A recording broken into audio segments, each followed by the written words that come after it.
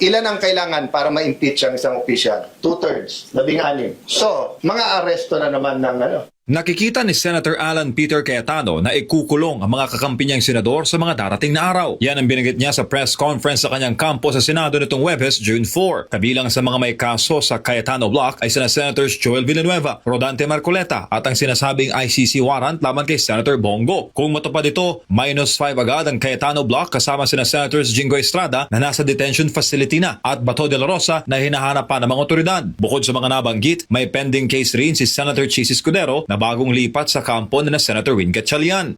Ang 12 is 2/3 of 18. So kung mang-aresto sila ng 6 na senador, i-convict nila kung sino gusto nilang convict. Sabihin nila, nakakulong yung 6 . So ang quorum namin is based on 18. So based on 18, 10 lang ang quorum. 12 is 2/3. Yan ang kasunod nito. Ayon kay Cayetano, posibleng makaapekto ang anumang pag-aresto sa mga senador sa magiging resulta ng impeachment trial. Sinabi rin niya na pagkatapos ng impeachment issue, maaari umanong isulong ang charter change o CHA-CHA sa Senado.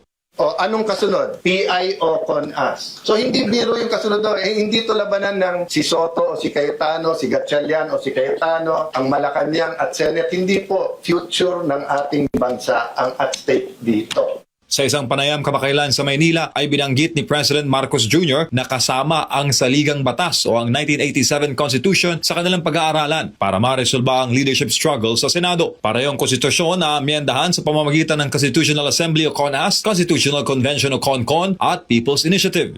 We're examining all our options. We're looking at the law, we're looking at the Constitution, and to see how we can remedy the situation. Kaya hindi masagot diretsyo ng Malacanang at ng 11+1 kung anong pinanggagawa nila. Sa CONAS, mga nakaupong mambabatas ang hihimay at babago sa konstitusyon, habang sa CONCON, tao ang boboto ng mga uupo para aralin at baguhin ang saligang batas. Ilan ang kailangan para ma-impeach ang isang opisyal? 2/3, 16. So, mga aresto na naman ng Nakikita ni Senator Alan Peter Cayetano na ikukulong ang mga kakampi niyang senador sa mga darating na araw. Yan ang binanggit niya sa press conference sa kanyang kampo sa Senado nitong Huwebes, June 4. Kabilang sa mga may kaso sa Cayetano Block ay sina Senators Joel Villanueva, Rodante Marcoleta at ang sinasabing ICC warrant laban kay Senator Bongo. Kung matupad ito, -5 agad ang Cayetano Block kasama sina Senators Jingo Estrada na nasa detention facility na at Bato de la Rosa na hinahanap pa ng mga otoridad. Bukod sa mga nabanggit, may pending case rin si Senator Chis Escudero na bagong lipat sa kampo na Senator Win Gatchalian. Ang 12 is 2/3 of 18. So kung mang-aresto sila ng 6 na senador, i-convict nila kung sino gusto nilang convict. Sabihin nila, nakakulong yung 6 . So ang quorum namin is based on 18. So based on 18, 10 lang ang quorum. 12 is 2/3. Yan ang kasunod nito. Ayon kay Cayetano, posibleng makaapekto ang anumang pag-aresto sa mga senador sa magiging resulta ng impeachment trial. Sinabi rin niya na pagkatapos ng impeachment issue, maaari umanong isulong ang charter change o CHA-CHA sa Senado. O anong kasunod? PI o CONAS. So hindi biro yung kasunod doon. Hindi to labanan ng si Soto o si Cayetano, si Gatchalian o si Cayetano, ang Malacanang at Senate. Hindi po future ng ating bansa ang at stake dito. Sa isang panayam kamakailan sa Maynila ay binanggit ni President Marcos Jr. na kasama ang Saligang Batas o ang 1987 Constitution sa kanilang pag-aaralan para maresolba ang leadership struggle sa Senado. Parehong konstitusyon na amyendahan sa pamamagitan ng Constitutional Assembly o CONAS, Constitutional Convention o CONCON at People's Initiative. We're examining all our options. We're looking at the law, we're looking at the Constitution, and to see how we can remedy the situation.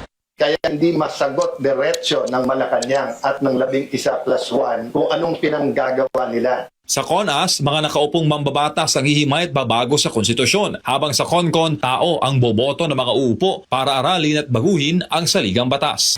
Ilan ang kailangan para ma-impeach ang isang opisyal? 2/3, 16. So, mga aresto na naman ng Nakikita ni Senator Alan Peter Cayetano na ikukulong ang mga kakampi niyang senador sa mga darating na araw. Yan ang binanggit niya sa press conference sa kanyang kampo sa Senado nitong Huwebes, June 4. Kabilang sa mga may kaso sa Cayetano Block ay sina Senators Joel Villanueva, Rodante Marcoleta at ang sinasabing ICC warrant laban kay Senator Bongo. Kung matupad ito, -5 agad ang Cayetano Block kasama sina Senators Jingo Estrada na nasa detention facility na at Bato de la Rosa na hinahanap pa ng mga otoridad. Bukod sa mga nabanggit, may pending case rin si Senator Chis Escudero na bagong lipat sa kampo na Senator Win Gatchalian. Ang 12 is 2/3 of 18. So kung mang-aresto sila ng 6 na senador, i-convict nila kung sino yung gusto nilang convict. Sabihin nila, nakakulong yung 6 eh. So ang quorum namin is based on 18. So based on 18, 10 lang ang quorum. 12 is 2/3. Yan ang kasunod nito. Ayon kay Cayetano, posible makaapekto ang anumang pag-aresto sa mga senador sa magiging resulta ng impeachment trial. Sinabi rin niya na pagkatapos ng impeachment issue, maaari umanong isulong ang charter change o CHA-CHA sa Senado.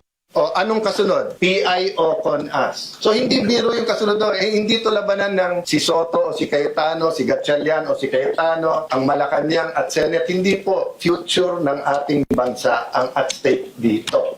Sa isang panayam kamakailan sa Maynila ay binanggit ni President Marcos Jr. na kasama ang Saligang Batas o ang 1987 Constitution sa kanilang pag-aaralan para maresolba ang leadership struggle sa Senado. Parehong konstitusyon na amyendahan sa pamamagitan ng Constitutional Assembly o CONAS, Constitutional Convention o CONCON at People's Initiative. We're examining all our options.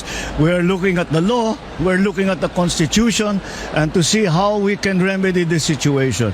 Kaya hindi masagot diretsyo ng Malacanang at ng 11+1 kung anong pinanggagawa nila. Sa CONAS, mga nakaupong mambabatas ang hihimay at babago sa konstitusyon, habang sa CONCON, tao ang boboto ng mga uupo para aralin at baguhin ang saligang batas. Ilan ang kailangan para ma-impeach ang isang opisyal? 2/3, 16. So, mga aresto na naman ng Nakikita ni Senator Alan Peter Cayetano na ikukulong ang mga kakampi niyang senador sa mga darating na araw. Yan ang binanggit niya sa press conference sa kanyang kampo sa Senado nitong Huwebes, June 4. Kabilang sa mga may kaso sa Cayetano Block ay sina Senators Joel Villanueva, Rodante Marcoleta at ang sinasabing ICC warrant laban kay Senator Bongo. Kung matupad ito, -5 agad ang Cayetano Block kasama sina Senators Jingo Estrada na nasa detention facility na at Bato de la Rosa na hinahanap pa ng mga otoridad. Bukod sa mga nabanggit, may pending case rin si Senator Chis Escudero na bagong lipat sa kampo na Senator Win Gatchalian.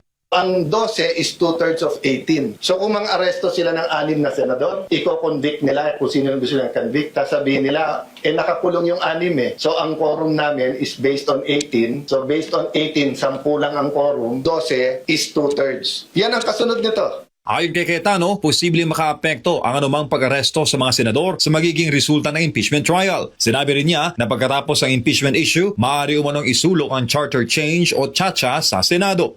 O anong kasunod? PI o CONAS. So hindi biro yung kasunod doon. Hindi to labanan ng si Soto o si Cayetano, si Gatchalian o si Cayetano, ang Malacanang at Senate. Hindi po future ng ating bansa ang at stake dito. Sa isang panayam kamakailan sa Maynila ay binanggit ni President Marcos Jr. na kasama ang Saligang Batas o ang 1987 Constitution sa kanilang pag-aaralan para maresolba ang leadership struggle sa Senado. Parehong konstitusyon na amyendahan sa pamamagitan ng Constitutional Assembly o CONAS, Constitutional Convention o CONCON at People's Initiative. We're examining all our options. We're looking at the law, we're looking at the Constitution, and to see how we can remedy the situation.